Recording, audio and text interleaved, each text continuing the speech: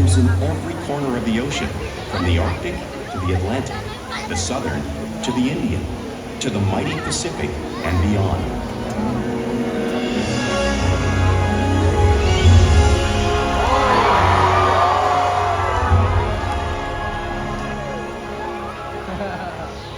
This whale story is the ocean's story, and it is one we all share.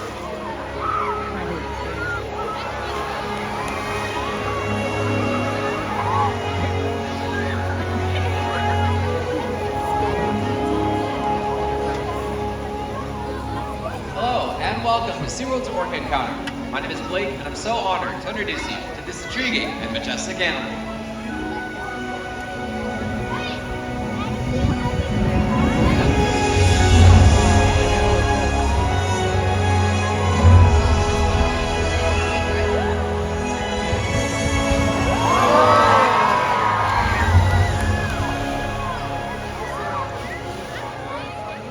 There's nothing like seeing a killer whale up close and learning about them and their natural behaviors.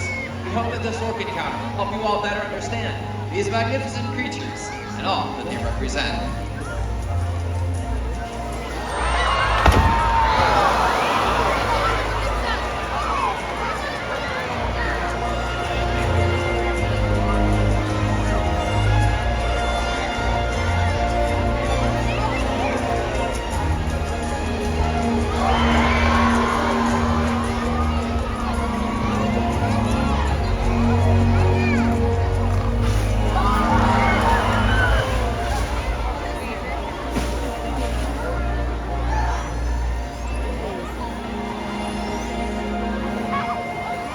While they are found in every ocean, orcas living off the coast of Iceland are quite different than those near Costa Rica. In fact, there are at least 10 types, or ecotypes, of killer whales.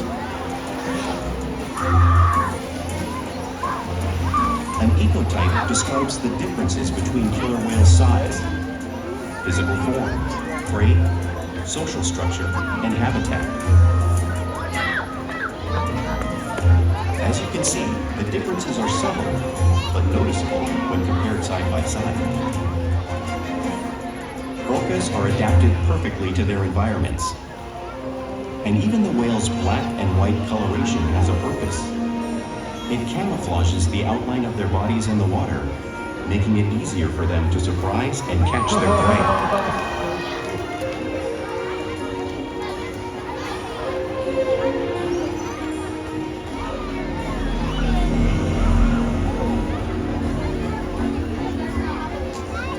When viewed from above, the black of the whale blends in with the dark depths of the ocean.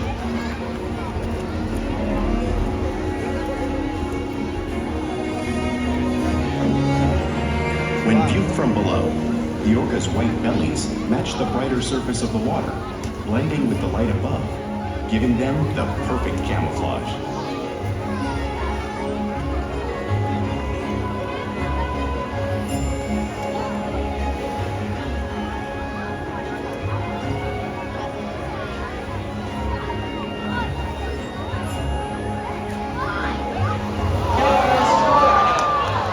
Ulises is going to help me show you all their physical characteristics.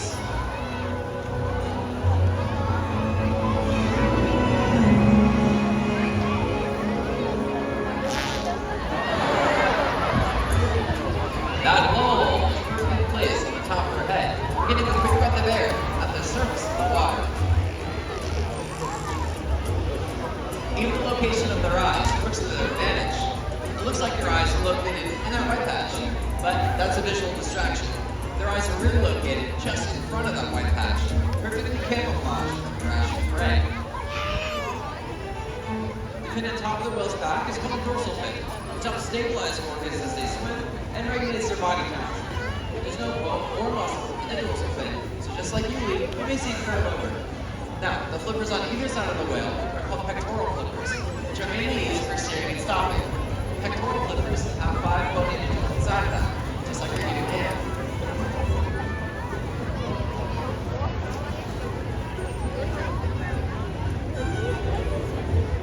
Now, the ones on either side of the tail are called killer whale's engine will propel them up to 30 miles an hour, which is as fast as a speedboat. But they swim the fastest, and they use the most power, propelling their nearly 10,000-pound bodies all the way up and out of the water.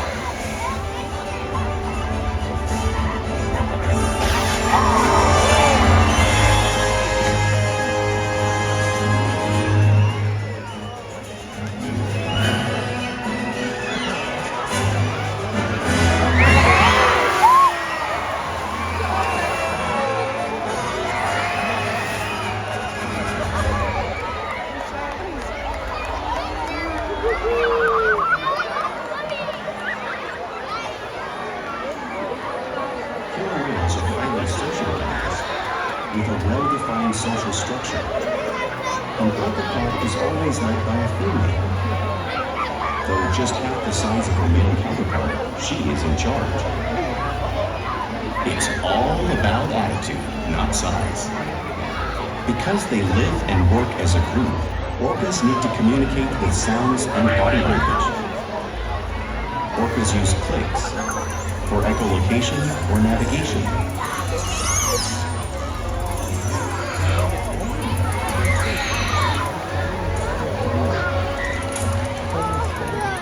Whistles to socialize in the pod, and calls for group coordination and hunting.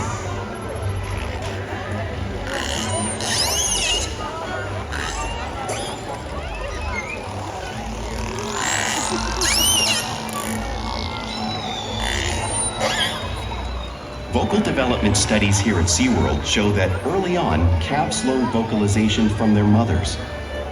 But as they grow, they learn from others close to them as well.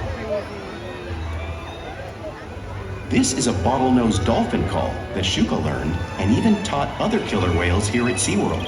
In fact, orcas are the largest members of the dolphin family.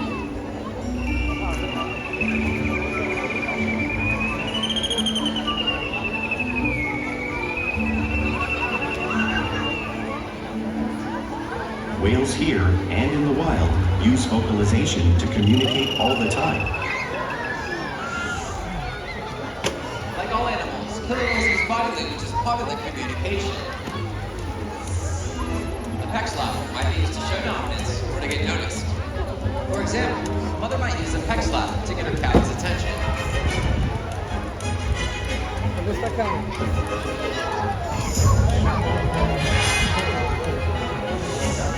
But when killer whales really want to be heard, they breach.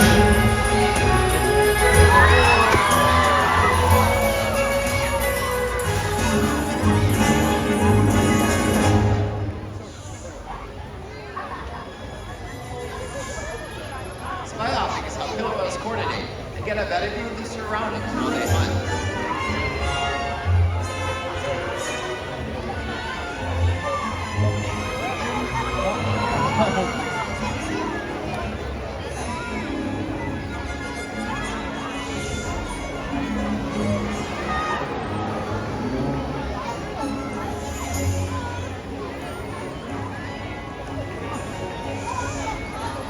Slaps are another form of communication that killer whales use out in the wild and right here at SeaWorld.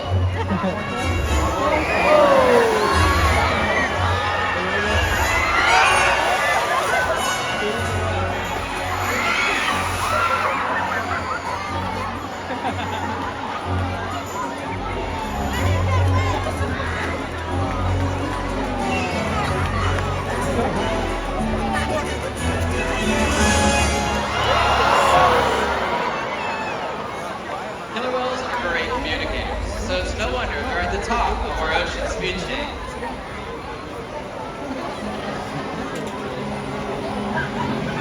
Killer whales work together to rear their young, protect their pod, and most importantly, pursue and catch their prey.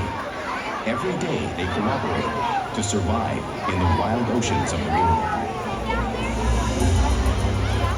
The orca's hunting techniques are as varied as the whales themselves. Norwegian killer whales will circle herring, herding them together. The whales use sounds to coordinate with each other and to disorient the herring. With the fish confused and contained, the whales stun them with their powerful tail flukes, making for an easy meal.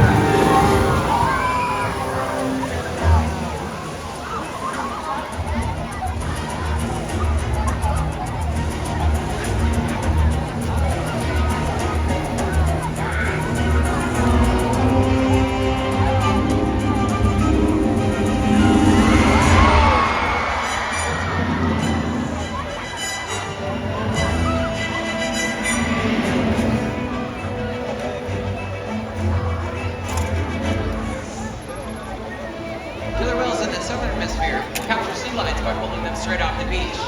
Shouka is going to show in a similar video right here in our slide.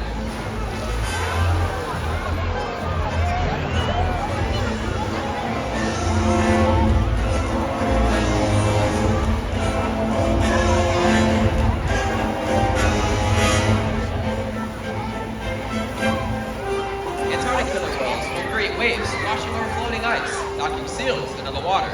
Ulises is showing off a similar wave-making technique right here in the front of the pool, showcasing all the many interesting and complex hunting abilities that are found around the world.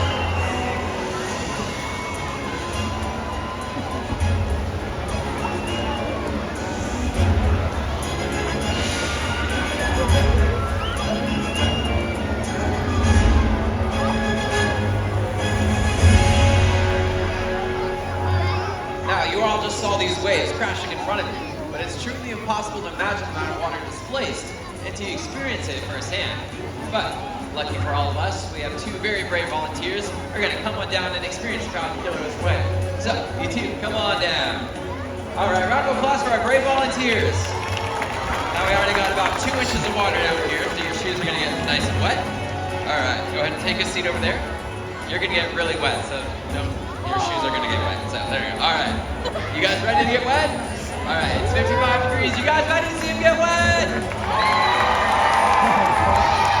right, well, I got some good news for you guys. We have our 10,000-pound killer whale coming around, and he brings a pretty big wave. So, let's see. Here he comes. There's his wave, and there's now water. Woo! That's how we do it here at Orca Counter. Round of applause for our great volunteers.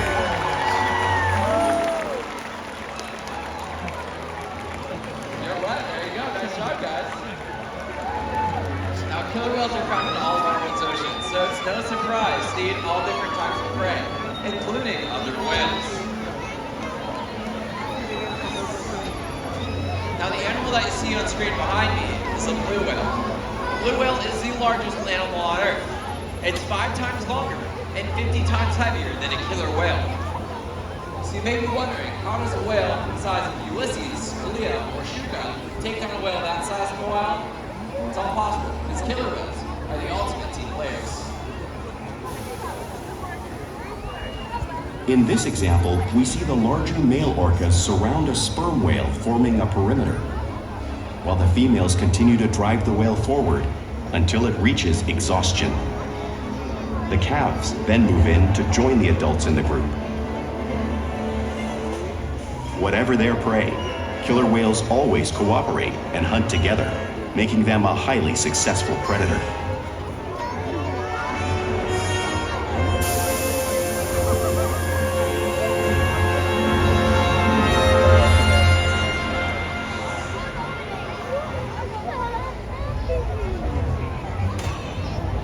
Play is an important part of everyday lives for killer whales. It's how they teach your young to hunt, and it's how they practice their skills as they grow. Killer whales spend a lot of time interacting and showing their playful side out in the wild and right here at SeaWorld.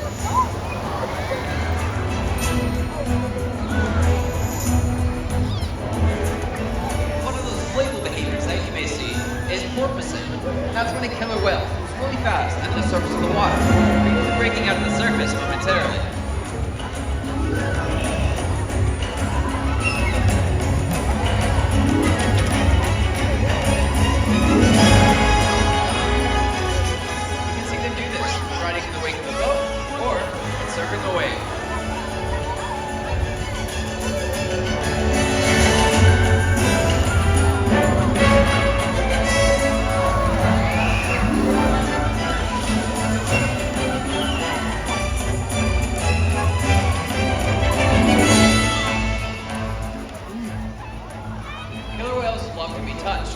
rub their bellies on rocks when they can.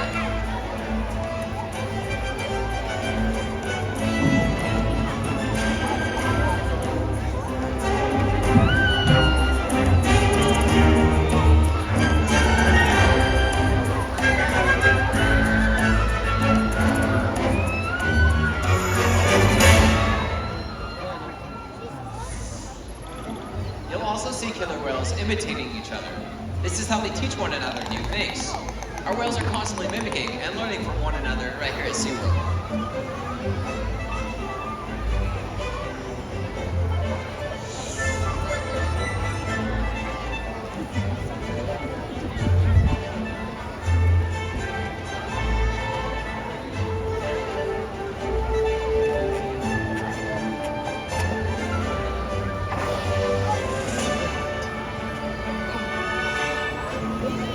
Now, what behavior always has a purpose. The tailwhip might be used to stun a school of fish, but today, the tailwhip might just be stunning our soak zone.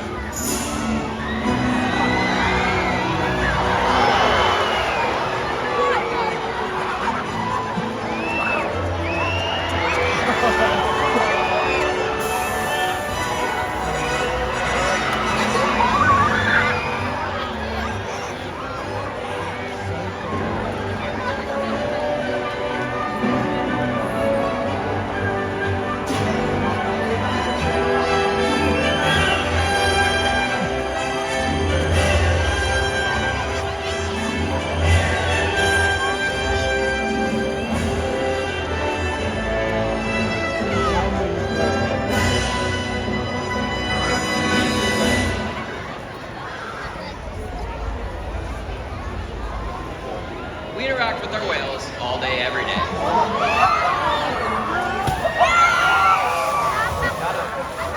We interact with our whales all day, every day. Build trusted relationships with them. Research, out there, and a great quality of life. In fact, all our whales take an active role in participating in our healthcare and the use and training of medical or husbandry behaviors. Now, one of those husbandry behaviors you may see is when the whales flip over and present it to the bottom of their tail view. This allows us to get a great look at their entire body, but it also allows us to get a voluntary blood sample from the veins running through the underside of the tail. You can see Makani showing that off right now. And Orca is sliding up onto a scale. We weigh our whales once a week. This ensures that our adult whales are maintaining a healthy weight and our younger whales are growing properly. We can even ask for a voluntary breast sample from the top of the bowl. All of this is due to the incredible trust relationships that we build every single day right here at SeaWorld. Now, I would like to highlight a very special whale up on stage. This is Makani. Now, Makani is our youngest whale. He is 10 years old and was born on Valentine's Day. Now, Makani is such a goofy and playful whale. He loves toys, he loves ice, he loves jello, he loves fountains, he loves hanging out with all of his other friends here and all of his trainers. He is truly a joy to work with, and he puts a smile on every single one of our faces every single day. Makani inspires me to help protect his wild counterparts, and I hope that he does the same for all of you today. We challenge our whales each and every day to learn something new and stimulate their minds. Diet, exercise, and of course, lots and lots of play keep our whales in great shape. The whales here at SeaWorld have helped killer whales in the wild by participating in many research studies. One ongoing study monitors the whale's heart rate and breathing to understand how marine noise pollution from ship engines and other sources affect wild populations. In another study, scientists from NOAA, the National Oceanic and Atmospheric Administration, took measurements of the killer whales living here, including pregnant whales. By comparing these measurements with drone footage of killer whales in the wild, scientists are able to monitor the wild population's nutritional and reproductive states. Other research has been done here at SeaWorld on the mother whale's milk composition. This research will help create an effective model to understand how toxins in the ocean impact wild killer whales and their milk supply. What we learn from the whales in our care every day is actively helping whales in the wild survive. And just by being here today, you've supported our rescue, research, and conservation efforts all around the world. If we work together, like the killer whale, we can protect the future of the Orcinus orca and this beautiful planet that we all share.